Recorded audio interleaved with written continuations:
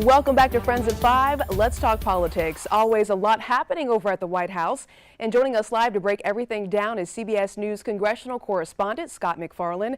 Scott, thank you so much for joining us this evening. Let's get right to it because just a few hours ago, President Trump wrapped up a news conference with Japan's Prime Minister. Talk about the tone and your biggest takeaways.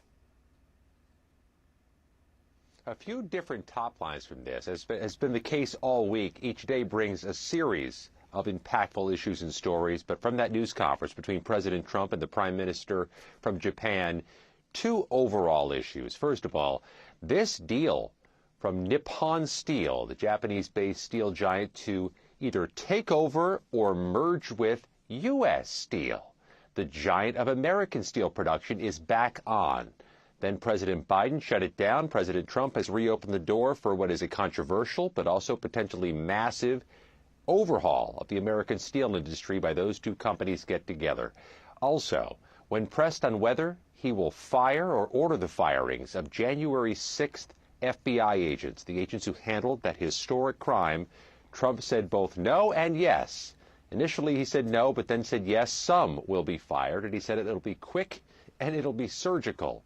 A particularly controversial notion because FBI agents have some civil service protections, but also there's been no proof of misconduct by any of the January 6th FBI agents.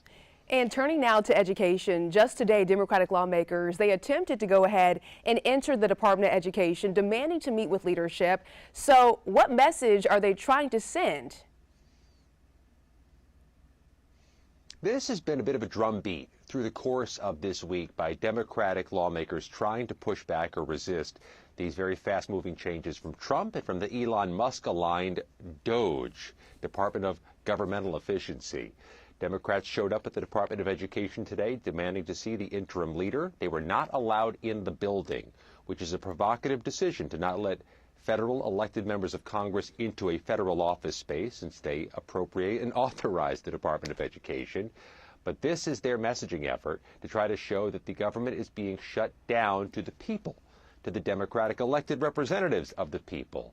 They're making the argument this DOGE operation and Elon Musk are acting too quickly, too secretively, and outside the bounds of Congress's oversight. We'll see where this heads next week, but I'd imagine this type of protest, this drumbeat from Democrats who do not control any lever of power right now, to continue. And Scott, you just talked about Elon Musk, and we're certainly following all the updates about him. Those who oppose him being a special government employee say he has conflicts of interest that raise their concerns, especially when it comes to him potentially having access to government databases. Government contracts, yeah. Yeah. And now newly confirmed Attorney General Pam Bondi also getting involved. So then where does this go? What's next? Well, the investigations that are going to be undertaken by Pam Bondi will likely be on what the Trump team would characterize as the weaponizers of government, those who have been enemies, political enemies of Trump in the past. I'd expect Pam Bondi to focus the Department of Justice on those who prosecuted President Trump in the last few years. As for Elon Musk, how far his oversight reaches is an unknown at this point. He is going into more and more agencies, and we learned today he will begin reviewing the spending of the Pentagon, the most complex bureaucracy in America, if not on Earth.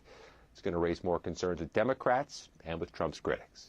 Well, Scott, thank you so much for joining us here for Friends at 5. We always appreciate your time and perspective. Stay with us. More headlines right after this break.